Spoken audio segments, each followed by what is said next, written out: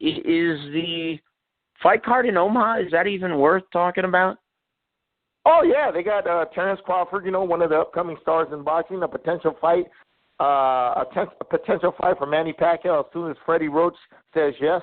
Because Freddie's the one that's blocking everything, man. I'm telling you, man. You don't want to fight. No. But it's not going to be, Molina ain't gonna box this guy from range like he did Ruz and Provodnikov. Totally different style. He's going to get picked apart all night, and I can see the fight getting stopped within 6-7 rounds.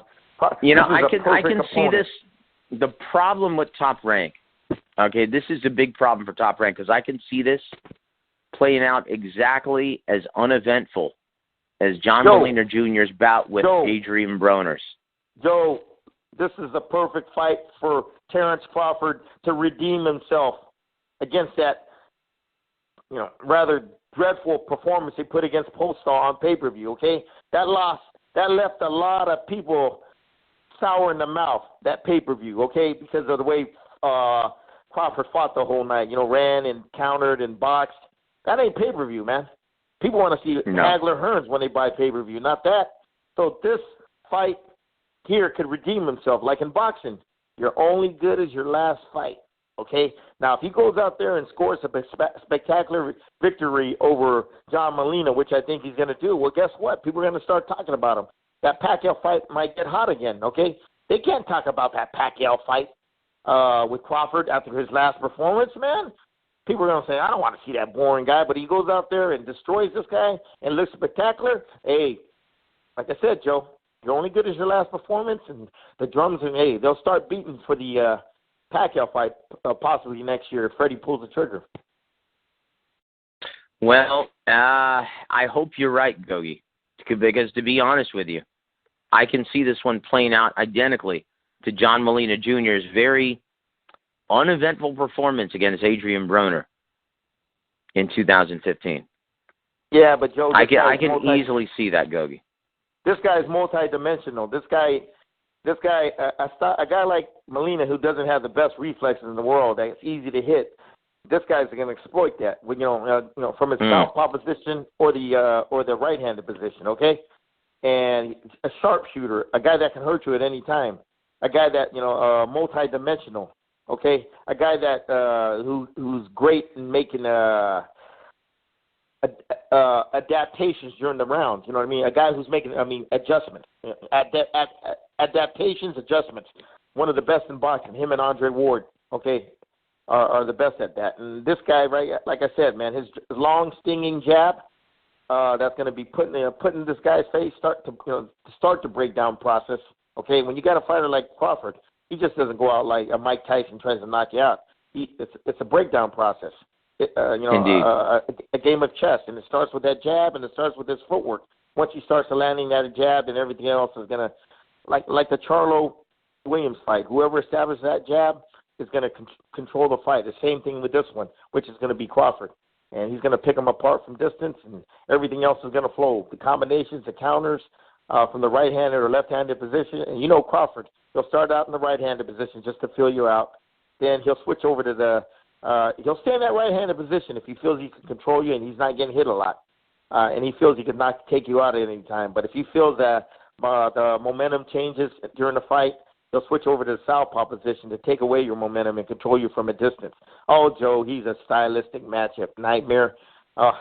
And John Molina, the only way I see him winning this fight is to land a lucky punch to knock him out. If he pulls a Mickey Bay, huh? Yeah, exactly. Yeah, because when you look at it, and this is why I don't think Terence Crawford is going to be successful in knocking out John Molina. The only guy to do that was in a freak accident. I'm sorry. The last person to do it was Lucas Matissa in an absolute war, right?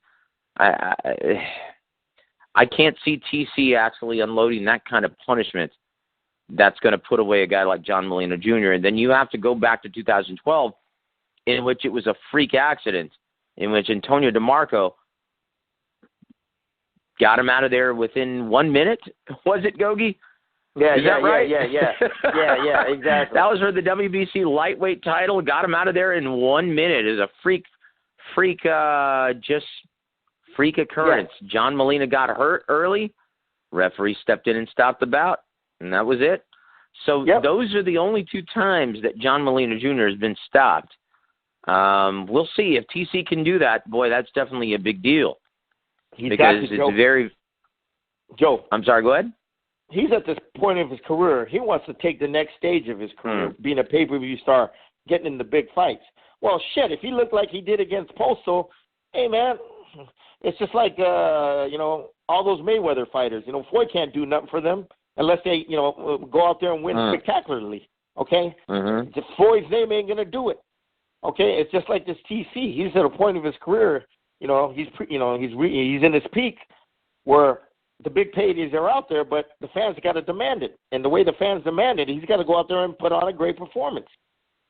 Joe, every performance when you're at Crawford's level is important. Okay, it's not he got to do it or he should do it. Hell no, it must be done. The mission must be accomplished. Okay, plain and simple. All right, he's got to look good. He's got to look spectacular, and he needs that knockout.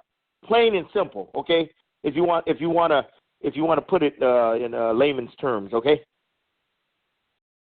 Indeed, if he wants that fight with Manny Pacquiao next year in April. Yeah. Well, yeah, he has to look sharp. He has to look impressive. And, yes, a resounding knockout would definitely help his cause. In a co-main event, Gogue, very, very quickly, because we're running out of time, Raymundo Beltran was supposed to take on the baby bull, Juan Diaz, but is now taking on big puncher from Louisiana, Mason Menard. Do you like this fight? I think it's a great fight. I think it's styles make fights. Certain styles make great fights, and these guys are both physically attacking, no safety first mentality in them. These guys don't play chess. Okay, you move, but I move. These guys are fighters. Okay, Mason Menard, this is his big step. Like I said, Joe, when you get to this big stage, you want to stay on this big stage, you got to win, and you got to win impressively. Okay, Beltran been on this big stage, and he hasn't had much success. Okay, but this is Mason Menard's opportunity to become a star. Okay, he got to the big leagues. He got to the All-Star game. Is he going to produce? Okay, he's explosive. He's exciting to watch. He's aggressive. He's physical. He doesn't have that Andre Ward, chess mentality, that put people to sleep and make people barf. Okay, this guy ain't scared to mix it up. He gets hit and he hits back. Okay, and I like the kid. His promoter. They should have done a better job in promoting this guy where he's from in Louisiana. I think this kid could have been a big draw over there. Now, if you had Don Chargan as a promoter, Don Chargan would have made this guy big. Don even told me that. Don goes, I would have loved to promote that guy. I would have made him big over there. Don knows, just like he did with Al Seeger over there in Georgia. He made him hot over there. He made him a big, they were doing $220,000 gates, $240,000 gates. Big sold-out crowds, 4,000 or 5,000. Yeah. In Savannah, wherever that guy was from, it's somewhere in Georgia where he was from, a little town over there. And Don would have did the same thing with this guy over here. He sees it. I told Don, I say, Don, if you were this kid promoter, you would have made him hot over there. He goes, oh hell yeah, and he would have did it. How would he have made him hot, Joe? By fighting him in his hometown consistently. Okay, in that area, the Bayou, and that's something his promoter has failed to do. His promoter, Greg Cohen, hasn't. Again, a lot of these promoters nowadays in America, to me, Joe, they're really television packagers, I call them. They don't know how to make their fighters ticket sellers or hot. Only Arum understands that here, okay? Arum understands that very well. Russell Peltz understands that. Don Chargan, okay, old school promoters that understand the art of developing their fighters into ticket sellers, okay? These new promoters nowadays, oh Jesus! All they know how to do is get a television fee, find a casino to put it in, and put on the show. They don't understand how to take a guy to his hometown consistently and build it up, build that excitement, create that fan base, create that buzz over there. Okay, like Don Chargan always did in the Olympic Auditorium with Bobby Chacon, Danny Little Red Lopez, or in Sacramento with Bobby Chacon again when he moved up there, or Tony Lopez. Loretto Garza, Sacramento's first two world champions, homegrown. Don Chargan. It was Don Chargan's work, okay? He understands how to make fighters ticket sellers because that's what he's been doing for 60 years, over 60 years in the business. And this kid, Menard, I think he's the best lightweight and potentially could become the biggest ticket seller in the lightweight division, white kid, since Vinny Paz back in the 80s. When he was a hot ticket seller in Cranston, Rhode Island, when he used to pack their Providence, that center over there, that 15, 16, 17,000 people. Okay, that's what boxing needs, Joe. It needs guys like this who have the potential to become ticket sellers. But guess what? You need a damn promoter that knows what he's doing that make their fighters hot, and that's what's the problem, man, with boxing nowadays. But this kid, I like this kid Menard. He's in a tough fight with Beltran. At Beltran, he's an old school, hard-nosed veteran, okay? It ain't going to be an easy fight for this guy, Menard.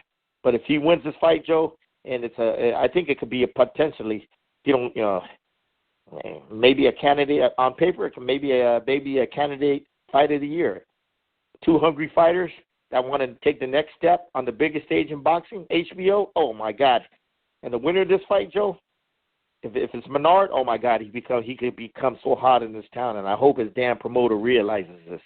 Jesus, fighting him in Minnesota and all these casinos.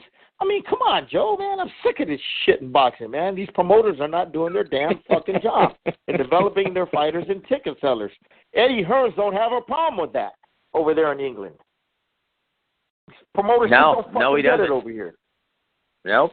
Anyway. Well, I tell you what, guys, so that's your card on HBO. It's you're going to see the tape delay of Andy Ruiz versus Joseph Parker for the WBO Heavyweight Championship. And then you're going to see, starting off the live portion of the broadcast, you're going to see Mason Menard, last-minute substitute for Juan Diaz, take on Raimundo Beltran. In the main event of the evening on HBO, you're going to see Terence Crawford defend his WBC and WBO 140-pound titles against John Molina Jr.